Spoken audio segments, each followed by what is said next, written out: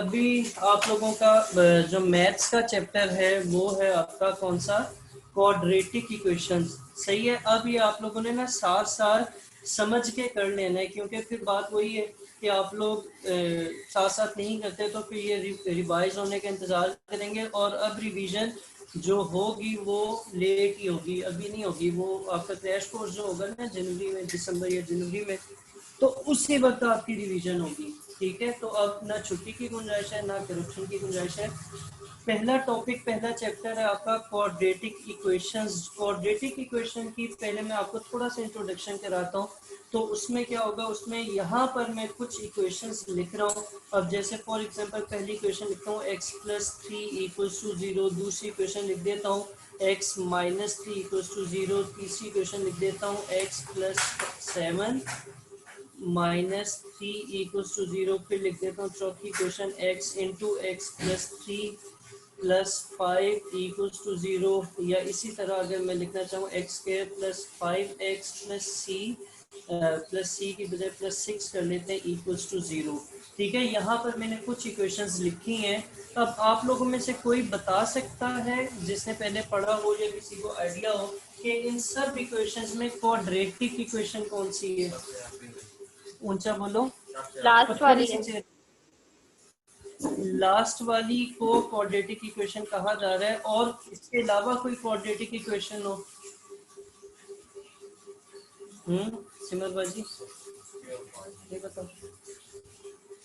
Pure वाली detail में हम नहीं जा रहे हैं, हम अभी सिर्फ उसको क्वाड्रेटिक के तौर पे आइडेंटिफाई कर रहे हैं। अगर प्योर भी होगी तो उसमें भी क्या होगा, उसमें भी वो क्वाड्रेटिक की ही आगे सब डिवीजन है, ये सब टाइप है।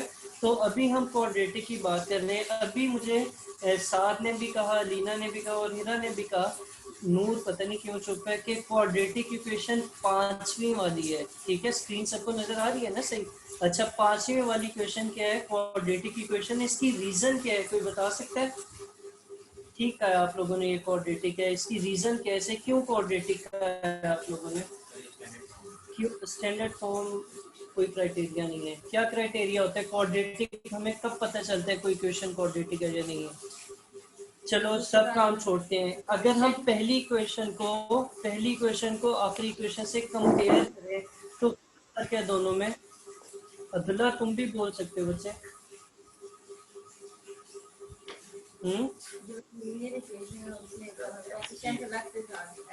अच्छा, कोफिशिएंट। अब पहले तो हम एक दो चीजें और समझते हैं, फिर वापस इस पे आते हैं। अगर कोई अलजेब्रिक एक्सप्रेशन लिखा हुआ है, जैसे आपके सामने ये x² + 5x वाला एक्सप्रेशन है, मैं लिख देता हूँ, इसको थोड़ा बड़ा करके लिखता हूँ, x² + 5x + 6 = 0। तो इसके ना मुख्तलिफ पार्ट्स होते हैं। ठीक है। अब उनमें क्या चीज है, सबसे पहले तो वेरिएबल आता है। वेरिएबल क्या चीज होती है? वेरिएबल जो उसमें एक्स वाई जी इस तरह की वैल्यूज होती है, इस तरह की टर्म्स होती है, उनको हम क्या कहते हैं? एक्सप्रेशन होते हैं, उनको हम वेरिएबल कहते हैं। ठीक है। फिर उसके अलावा इसमें कांस्टेंट्स होते हैं। कांस्टेंट क्या चीज होती है? कांस्टेंट बेसिकली वो नंबर्स हैं जिनकी वैल्यू चेंज नहीं होती, की वैल्यू फिक्स रहती है। आप किसी भी क्वेश्चन में 6 लिखा हो तो उसका मतलब 6 ही होता है। ठीक है। यानी उसमें 6 काउंटिंग तक 6 जो होता है वो वाली चीज होती है। तो इस तरह कांस्टेंट जो है उन्हें या तो 1 2 3 की गिनती लिखी होगी, या फिर ए बी सी से हम उसको क्या कर रहे होंगे, डिनोट कर रहे होंगे। और फिर इसी तरह एक और चीज होती है जिसको हम कहते हैं कोफिशिएंट्स। ठीक है। कोफिशिएंट्स क्या होते हैं, कोई बता सकता है? हाँ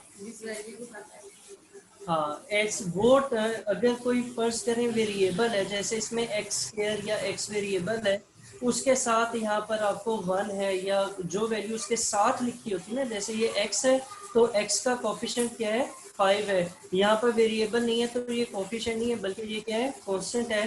तो आपके कोफिशिएंट जो है वो क्या होंगे? वेरिएबल के साथ जो कांस्टेंट वैल्यू लिखी होती है उसको क्या कहा जाता है? कोफिशिएंट कहा जाता है। ठीक है। तो इनको भी हम आमतौर पे ए बी सी वगैरह से या नंबर से ही डिनोट करते हैं। अब आ जाते हैं जी, क्वाड्रेटिक इक्वेशन क्या होती है? क्वाड्रेटिक इक्वेशन समझने के लिए आपको एक और टर्म समझनी पड़ेगी फाइनली।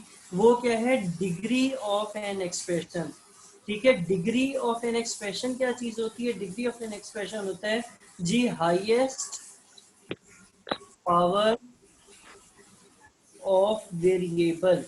वेरिएबल में जो हाईएस्ट पावर होती है ना, उसको क्या कहा जाता है? उसको डिग्री कहा जाता है। सही है साहब? अब्दुल्ला हिरा, ठीक है? ठीक है।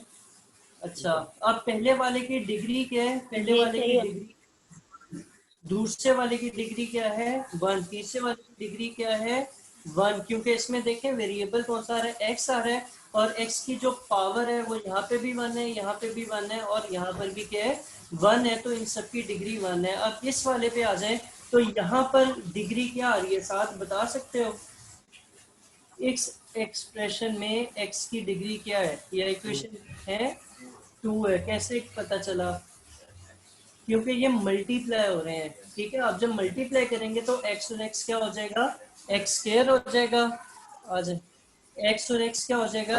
यहीं बैठ जाए। एक्स और एक्स क्या हो जाएगा? एक्स स्क्वायर हो जाएगा, और साथ 3x आएगा। तो यहाँ पर जो हाईएस्ट पावर बनेगी वो क्या बनेगी? 2 बनेगी। तो इस इक्वेशन की डिग्री क्या है? 2 है। और इस वाली इक्वेशन की भी डिग्री क्या है? 2 है। अगर किसी एक्सप्रेशन में एक्स क्यूब आ रहा है तो उसकी डिग्री क्या होगी? 3 होगी। सही है? ठीक है। अच्छा, अब ऐसी इक्वेशन, अब ये फाइनली आपके पास डेफिनेशन में बताने लगा हूं। ऐसी इक्वेशन जिसकी डिग्री क्या हो? 2 हो, उसको हम क्वाड्रेटिक इक्वेशन कहते हैं। ठीक है, अगर डिग्री क्या होगी? 2 होगी, तो हम उसको क्या जी कहेंगे? ठीक है। हम उसको क्वाड्रेटिक इक्वेशन कहेंगे।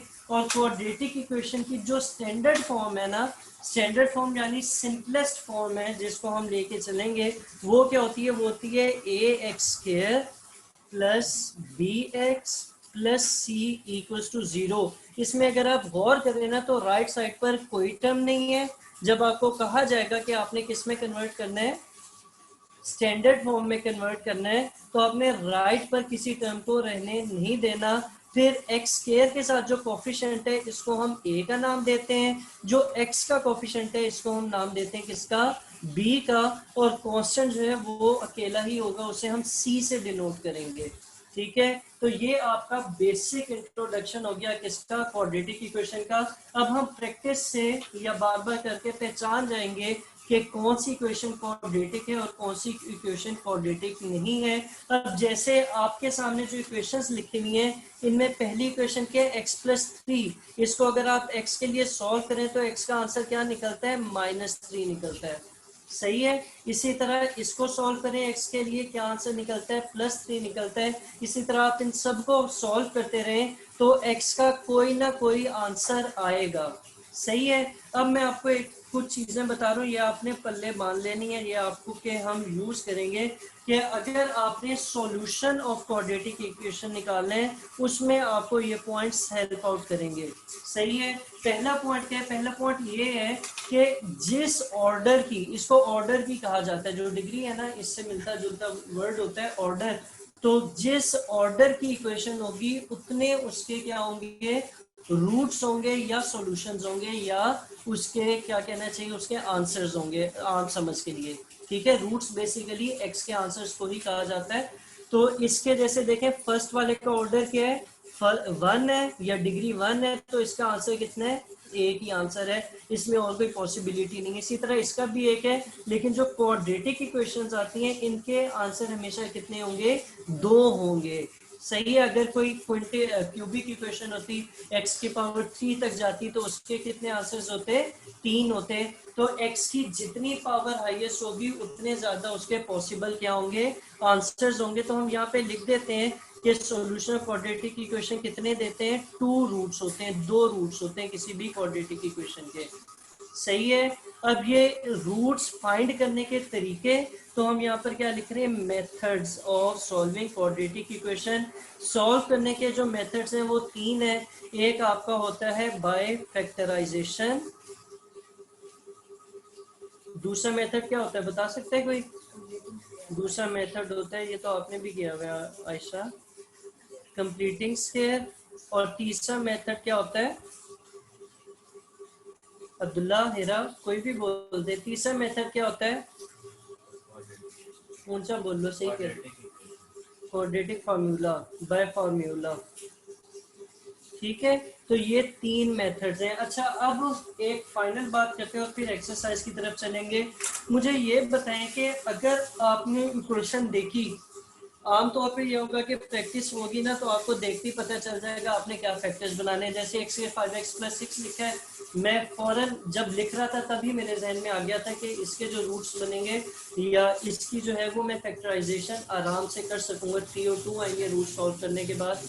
तो खैर इसको मैं किस तरह कर लूंगा, फैक्टराइजेशन से कर लूंगा। लेकिन कई दफ़ा इतना आसानी से आपको नहीं पता चल रहा होता कि फैक्टराइजेशन होगी या कंप्लीटिंग स्केयर होगा या बाय फार्मूला होगा। तो उस केस में सबसे ज़्यादा रिकमेंडेड मेथड कौन सा है, कि कौन सा मेथड आपको प्रेफर करना चाहिए, ये कोई बता सकता है? Bye formula. अगर कोई थोड़ा सा भी आपको शक होता है ना कि यार इसकी फैक्टराइजेशन होगी या नहीं होगी, तो सबसे ज्यादा प्रेफर किया जाएगा किस मेथड को, बाय फार्मूला को। दूसरे उस पे नंबर में जिसको प्रेफरेंस दी जाएगी वो आपकी आएगी कंप्लीटिंग स्केयर। ये आपकी आसानी पे, ये कोई रूल नहीं मैं बता रहा, ये आपकी आसानी पे है। मैं अगर खुद करूँ तो मैं बाय फार्मूला पहले पे करूँ, दूसरे पे फैक्टराइजेशन। अव्वल तो फैक्टराइजेशन जिसकी होती है वो आपको फौरन एक नज़र में अमूमन पता चल जाता है, लेकिन अगर नहीं पता चल रहा तो bye formula most recommended method है अगर कोई मुझसे पूछे। और तीसरे पे जो है वो कंप्लीटिंग स्केयर है, क्योंकि कंप्लीटिंग स्केयर में हमने 5-7 स्टेप्स होते हैं वो करने होते हैं और उनमें गलती हो जाती है, इसलिए मैं इसको प्रेफर नहीं करता कि वो उसका फैक्टर लेना, 2 से डिवाइड लेना और फिर उसका स्केयर ऐड या लेस करना काफ़ी मुश्किल काम हो जाता है, और इसलिए वो रिकमेंडेड नहीं है मेरी तरफ से। ठीक है, तो ये तो आपका हो गया बेसिक या कॉन्सेप्ट हो गया किसका, क्वाड्रेटिक इक्वेशन का। अब हम आगे चलेंगे और आगे जाके देखेंगे कि आपके इनको किस तरीके से सॉल्व किया जाता है, और आपकी जो बुक की एक्सरसाइज है उसको देखेंगे। सही।